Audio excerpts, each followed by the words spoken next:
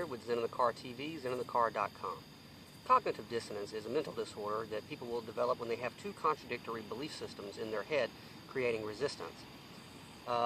Often this will bring about symptoms such as agitation, paranoia, illogical decision-making.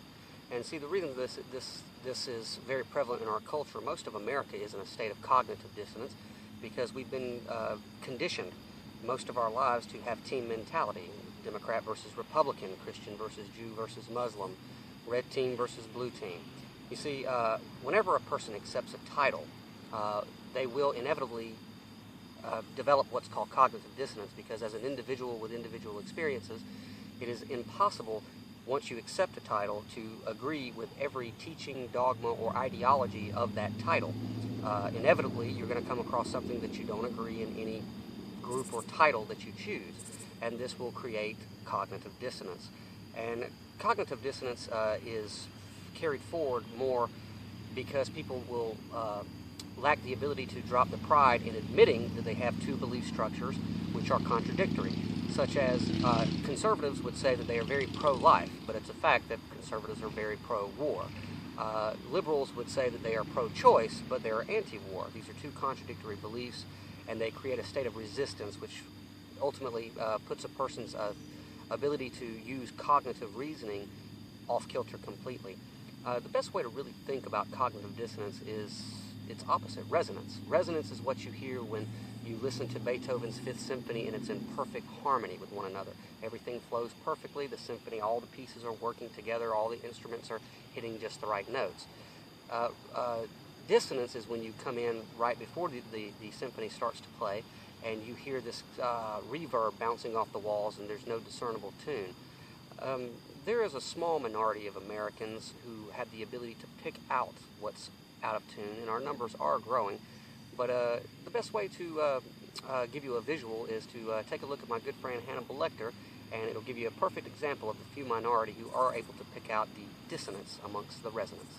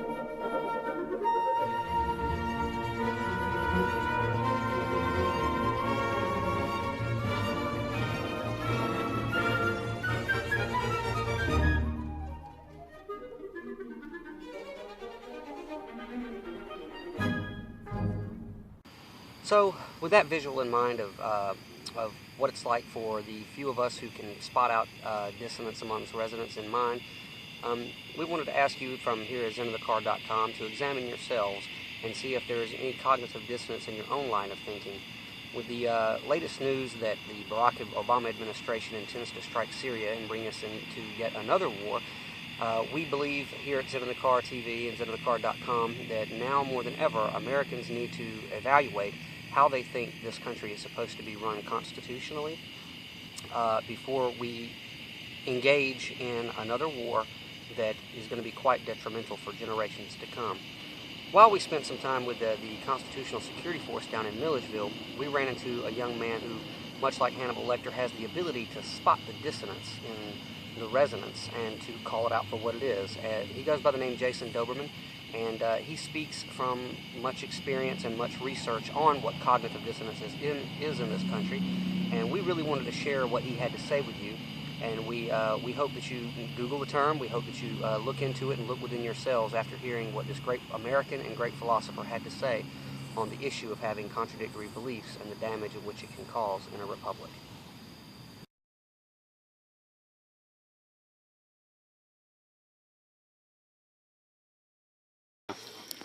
All right, so Jason Patrick, freelance journalist, contributor to Zen in the Car TV, and I'm with my new friend Jason. And Jason, we have tape, and you're describing a pretty bleak picture that you see happening, and I can't say that I disagree with you there. But one thing I wanted to ask you about, there's a term that maybe some of you don't understand called cognitive dissonance.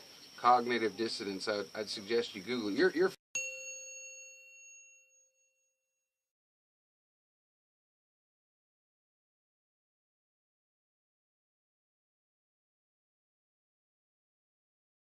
familiar with that term, aren't you?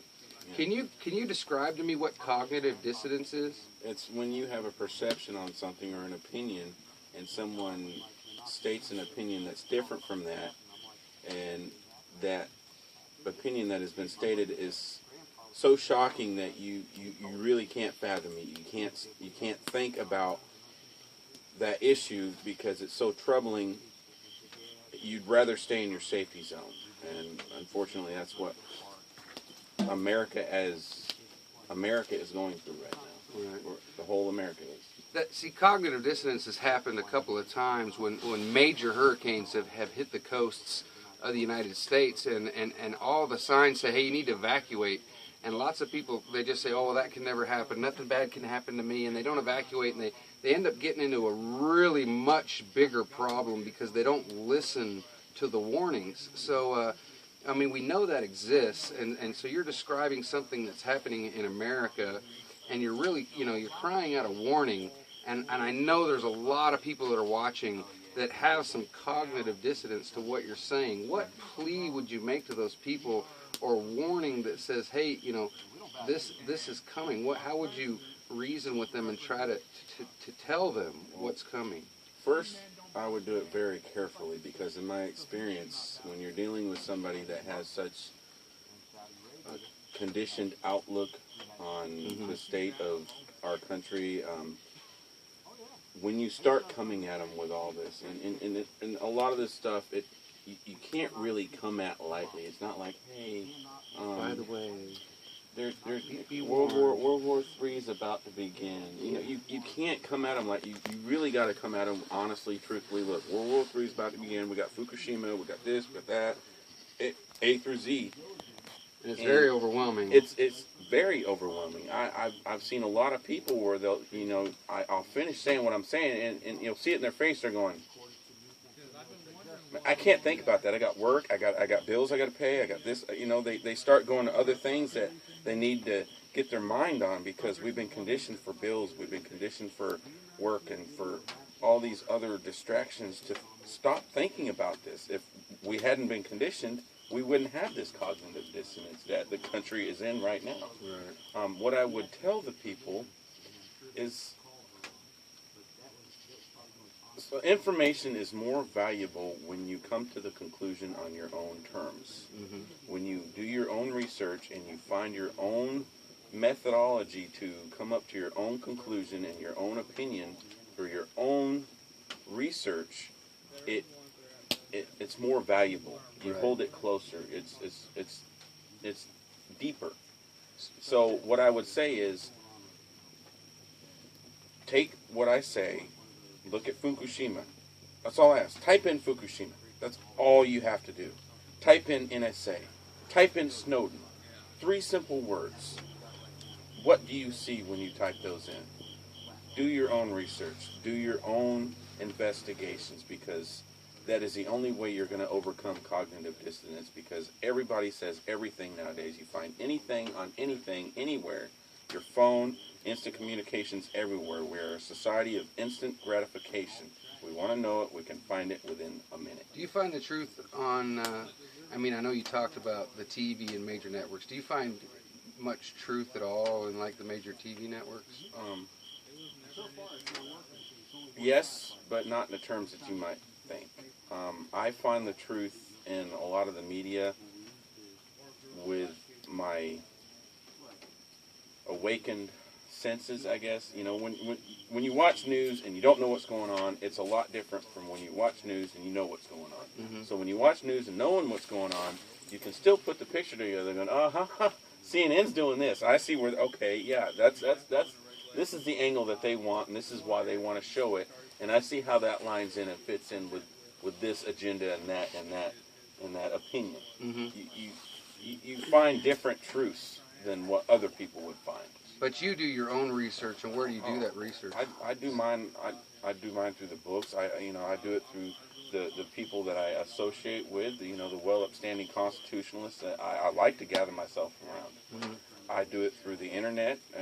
The internet is not a wholly bad thing. You don't have to go on there and play games all the time. You can use it and make it useful for what you need to use it for. But you use your own reasoning. You do your own research. You read a lot of stuff, and you research it, and you don't just eat what's fed to you for the most part. No, and the oddball part is a lot of people say, well, you're just overreacting. This isn't true. They're not going to do all this. Well, when you spend I want you to spend 2.5 years researching diligently. I'm talking 8+ hours a day looking at this, and then you associate with these people that are well upstanding. They just want their rights, and they are on the exact same page. There's no waiver. When you say this, they finish your sentence. That's not me being a conspiracy theorist. That's not me making something up. That is me finding out the truth and finding out that other people are thinking the exact same thing that I'm thinking. Yeah. That just reinforces it to me beyond any shadow of the doubt. Okay. And the future of America is, in my opinion, not bleak. There is still hope. There's still positivity. There's still a chance for a positive future. But the only thing that is going to give us that is us to come together. My friend Chris here was talking about, how his friends don't back him up as much as his battle buddy, the people he trained with. I know exactly where he comes from on that. Because it's a different friendship. It's a different level, and that's a level that everybody has to get on. Right. We need to transcend the, hey, nice to meet you, you're my friend level, and go to, you're my brother. I got your back, you got mine, trust. Unequal trust. That's what we need to go back to. Okay. Well, you heard it here. My friend Jason kind of laid it out. I would invite you to get on the internet and look at Snowden and the NSA, Fukushima. There's things coming, and they are scary. And I just recommend at least knowing. Look at cognitive dissonance and see if that's you, and then do your own research and be educated. Weep for yourself, my man. You'll never be what is in your heart. Weep, little lion man. You're not as brave as you were at the start. Rate yourself and rape yourself. Take all the courage you have left. Waste it on fixing all the problems that you made in your own head. But it was not your fault but mine. And it was your heart on the line. I really fucked it up this time. Didn't I, my dear? Didn't I, my...